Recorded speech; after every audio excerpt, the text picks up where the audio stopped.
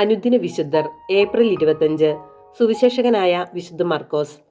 AD 1-ാം നൂറ്റാണ്ടിൽ അഹ്റോന്റെ ഗോത്രത്തിൽപ്പെട്ട ഒരു യഹൂദനായി വിശുദ്ധ മർക്കോസ് ജനിച്ചു. തിരുസഭയുടെ ആദ്യകാല വളർച്ചയ്ക്ക് സാക്ഷ്യം വഹിച്ച വിശുദ്ധൻ ആ അറിവ് പിൽക്കാലത്ത് തന്റെ സുവിശേഷ രചനകളിൽ പ്രതിഫലിപ്പിക്കുകയും ചെയ്തു. മർക്കോസും അദ്ദേഹത്തിന്റെ അമ്മ മറിയവും ജെറുസലേമിൽ ആദിമ ക്രിസ്ത്യാനികളുടെ ഇടയിൽ വളരെ പ്രസിദ്ധരായിരുന്നു. പത്രോസ് ഒരിക്കൽ കാരാഗ്രഹത്തിൽ നിന്ന് രക്ഷപ്പെട്ടതിന് ശേഷം നേരെ ചെന്ന് അഭയം തേടിയത് മർക്കോസിന്റെ ഭവനത്തിലാണ്.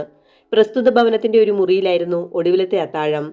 യുവാവായ മർക്കോസ് വിശുദ്ധ പൗലോസിനെയും ബർണബാസിനെയും അവരുടെ ആദ്യത്തെ പ്രേക്ഷിത യാത്രയിൽ സൈപ്രസ് വരെ അനുഗമിച്ചു.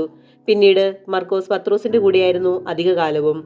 പത്രോസിന്റെ പ്രസംഗങ്ങൾ രേഖപ്പെടുത്തി കിട്ടണമെന്ന റോമാക്കാരുടെ അഭ്യർത്ഥന അനുസരിച്ചാണ് മർക്കോസ് തന്റെ സുവിശേഷം എഴുതിയതെന്ന് പപ്പിയാസ് പറയുന്നു. വിശുദ്ധ പത്രോസ് മർക്കോസിനെ അലക്സാണ്ട്രിയയിലെ മെത്രാനായി നിയമിച്ചുവെന്നും അവിടെ വെച്ച് ഏപ്രിൽ 24-ന് വിജാതിയർ അദ്ദേഹത്തിന് രക്തസാക്ഷിത്വ മകുടം നൽകിയെന്നും പറയപ്പെടുന്നു.